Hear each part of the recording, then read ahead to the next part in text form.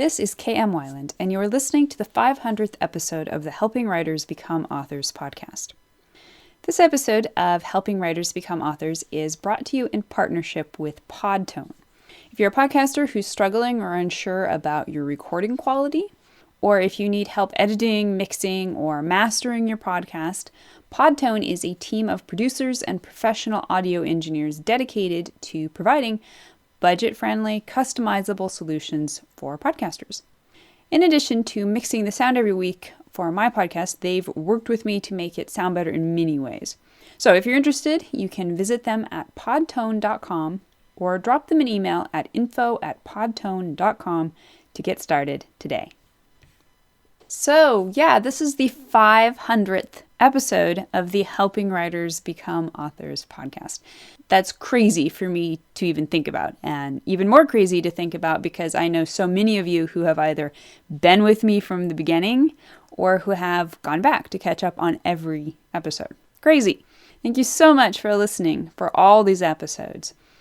In face of everything else going on in the world right now, it's pretty exciting for me to reach this landmark, especially with the realization that I can look into the uncertainty of the future and realize that very likely there will come a day when I will be recording my 1000th podcast, and that everything we're facing right now will then be just one more challenge that we collectively met, overcame, and put in our rearview mirror.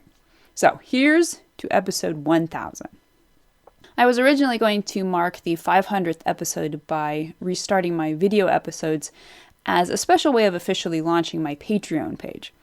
But in light of everything happening, I decided last week to start recording the videos, but to share them not just with patrons, but with everyone on YouTube. As of this recording, I've already done a couple videos featuring my recommendations for positive and empowering entertainment choices, some of my favorite movies and novels, to watch and read during the quarantine. I just wanted to reach out during this time and connect in a more personal, face-to-face way. So if you're interested in those videos, my top 5 happy movies and inspiring novels to watch and read during quarantine life, you can check those out on my YouTube channel at youtube.com/KMWeiland. And now I hope you enjoyed this week's podcast, 8 Challenges and Solutions When Writing from Home. In these last few weeks, writers everywhere have experienced major changes in their daily schedules. If you were used to writing from home, now you may be accustoming yourself to writing with kids or other loved ones in the next room. If you were used to squeezing writing in around the edges of a day job, then you may now be making use of your at-home time to at least temporarily live the life of a full-time writer. Even if the only change you're experiencing is the distraction and stress of the news, you may, like me, be figuring out solutions for some of these new challenges of writing from home in these unprecedented times.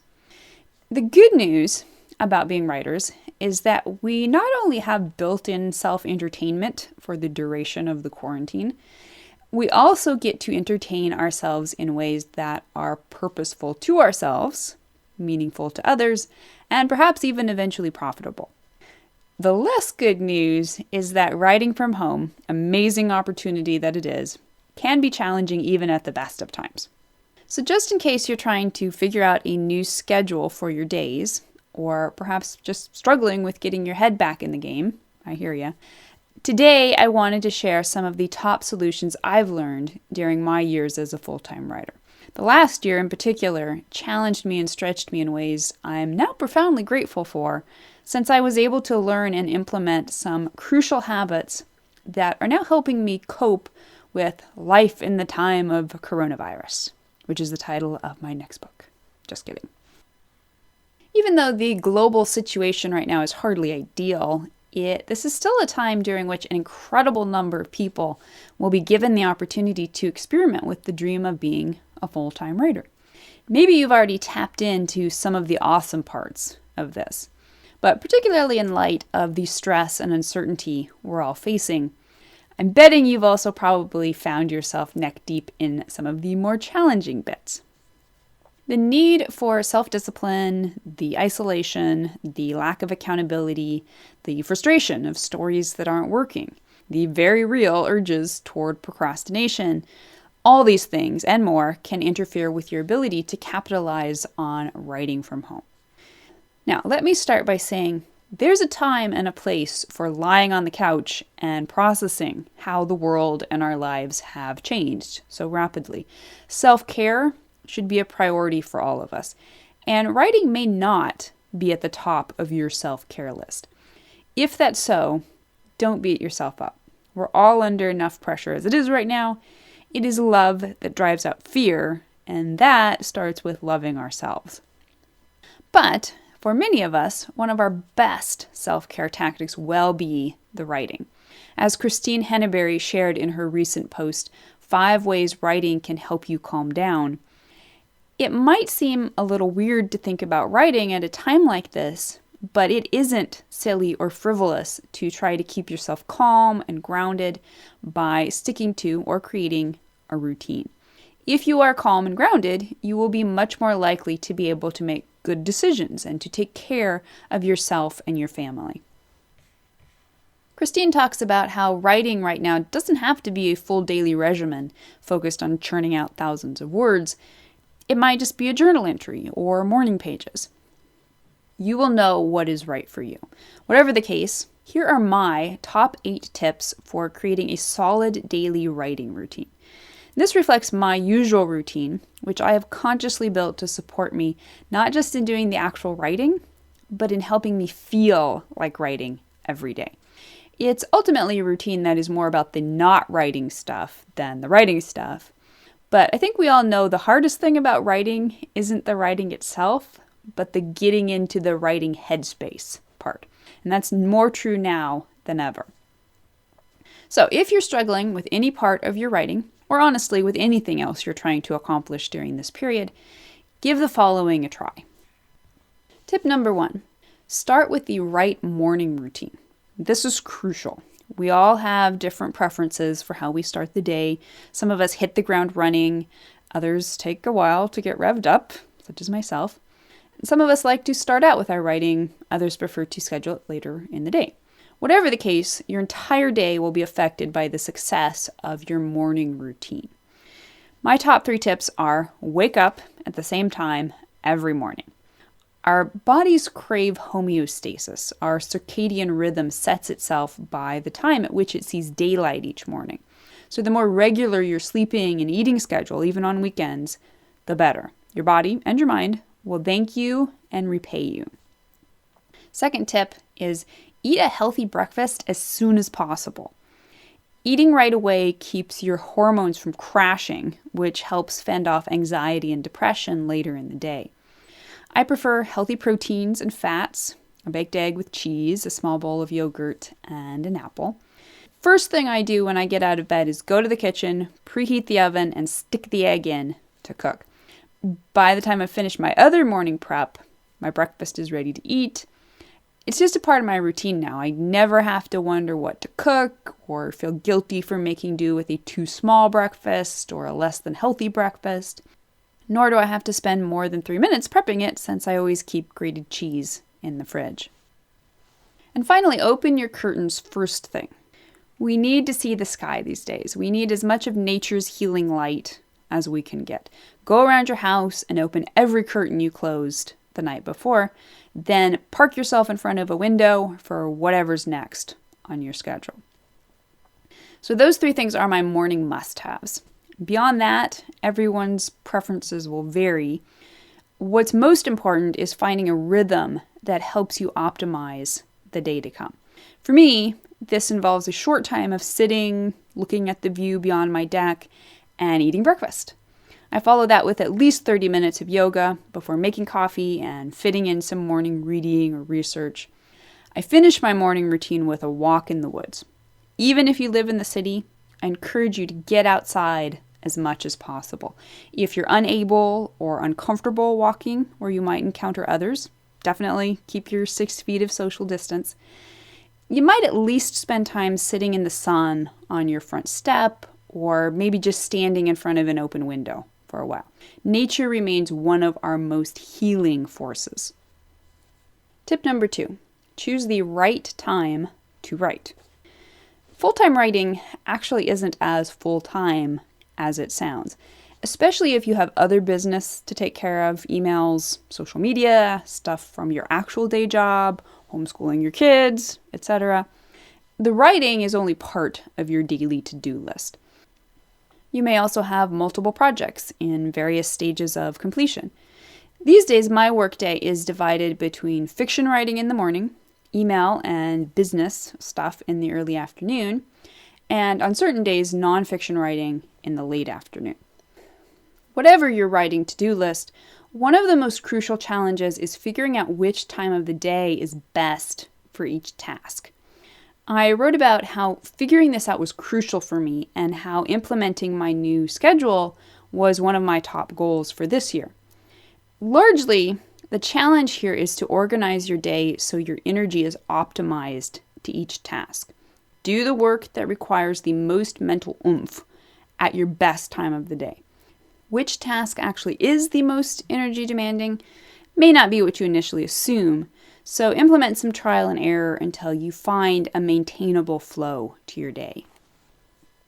Tip number 3, put strict limits on phone and internet consumption. This is always important for anyone doing creative work at home, but especially right now. At this point, most of us are now informed of the most important details about the virus and our responsibilities in dealing with it. Whatever new info we require can probably be gleaned in as little as 5 minutes per day. Guard yourself against spiraling down the internet hole.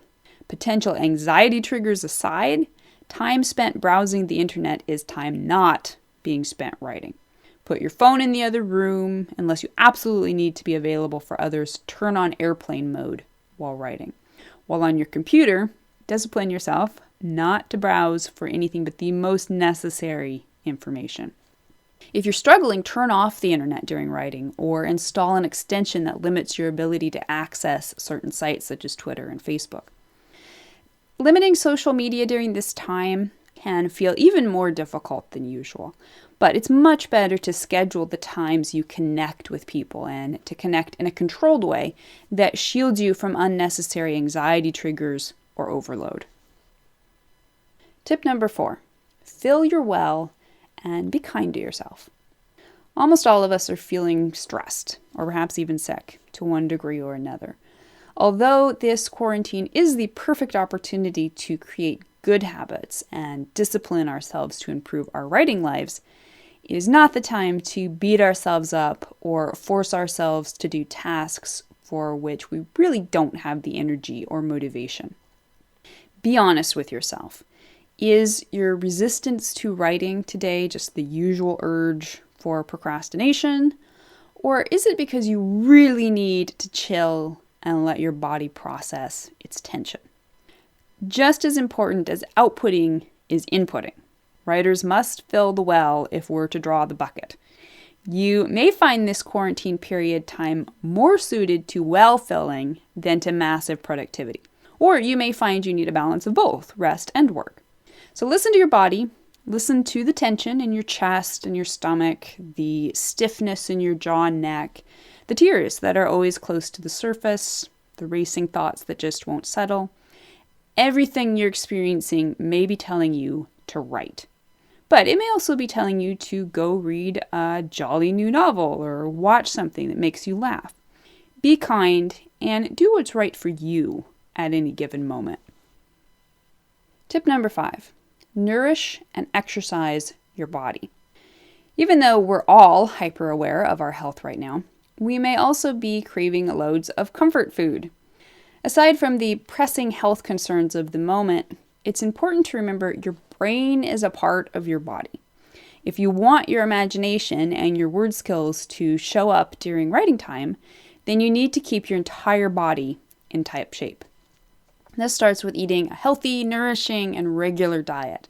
Quarantine life is the perfect time to learn more about healthy eating habits and to start weaning yourself off junk food. Sugar is a great place to start.